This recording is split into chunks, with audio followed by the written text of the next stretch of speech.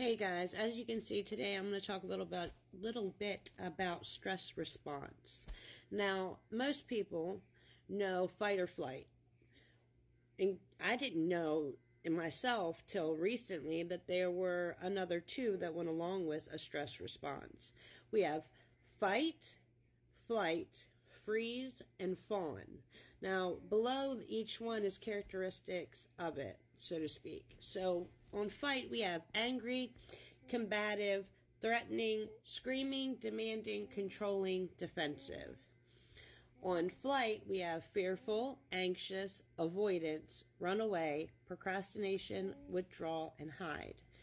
Freeze, we have helpless, overwhelmed, stuck, shut down, zone out, unresponsive, isolate. Fawn, codependent, anxious, people-pleasing, no boundaries, flattering others, can't speak up, easily controlled. Now, I can think back to different occasions in my life where I used different ones of different stress responses. A lot of times in relationships, I would do the fight. I would instantly get angry, and then I'd be ready to fight somebody. I'd be threatening them, telling them I'm going to leave or I'm going to whoop your, and then I would demand that they listen to me and demand respect. Then I would get defensive. And also, when I would get my feelings hurt, like when somebody pushed that one button that didn't make me mad, that actually hurt my feelings, I would instantly run away, and then I would withdraw from everybody and stay to myself, and I would avoid that person at all costs because you hurt my feelings, and you hurt them so bad that I didn't get angry. I got anxious, and because you most of the time it's when somebody spoke truth to me, to be honest, in my addiction. Now, there's also times where I was in DV style relationships where I would feel helpless, and I would just kind of, like it says, shut down and just completely just disassociate, like completely gone.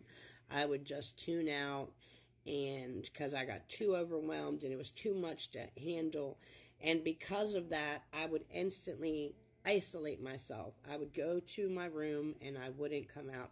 Like when I was a child, or in another instance, as a child, we tend to kind of, in difficult situations, in abusive households, we feel helpless, we shut down, and we don't say anything. They're like, what are you thinking? And it's kind of like nothing, unresponsive, just completely zoned out, because you go to your happy place. Mine was just a blank space in my head. But there's also fawn, where you're codependent and people-pleasing and no boundaries, where I wanted, like, for example, I wanted my significant other to like me so much because I loved them, and I needed the attention, and I needed somebody to make me feel good about me because I couldn't do it for myself at that point in time.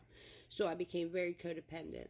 I was people-pleasing because I would do anything they asked of me. If you wanted all my money in my wallet, here, take it. I would, when they said something I didn't agree with, I would just keep my mouth shut. Couldn't speak up.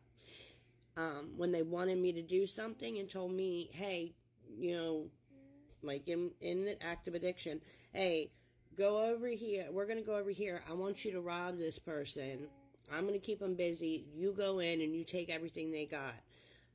I would do it because I was easily controlled, and I wanted to make them happy, and I had no boundaries. I was literally a puppet.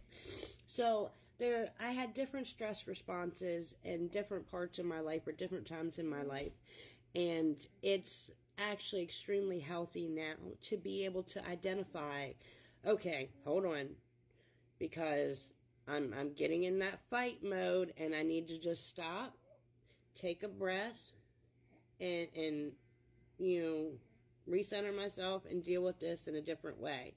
or if I find myself constantly people pleasing with someone, or if I'm letting somebody cross all my boundaries and I'm becoming codependent on that person, I can acknowledge that I'm in the fawn response, and I need to get back to my executive state of mind and make better decisions, because I'm learning about the different parts of your brain, how we have a survival, we have emotional, and we have an executive part of our brain.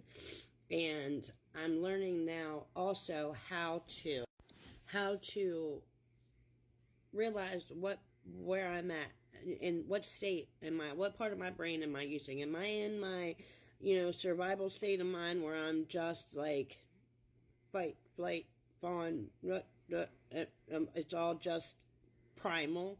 Or am I in an emotional state of mind where I'm letting my emotions dictate my actions? And or am I in my executive state of mind where I try to be most of the time, where I'm doing critical thinking, and I'm processing things properly, and I'm in a calm, I'm in control kind of state. This might seem like a bunch of jibber jabber to you, but it's actually very healthy to be aware of how your brain works. Your brain, nobody else's. How you deal with trauma, how you respond to different situations and different circumstances. Like, I recently got into an argument with somebody, and it took me out of character. It took me out of my executive state of mind and put me all the way down in my survival state of mind when I was dealing with this person, and I was literally in fight mode. Like, it was all anger, all controlling, all explosive behavior.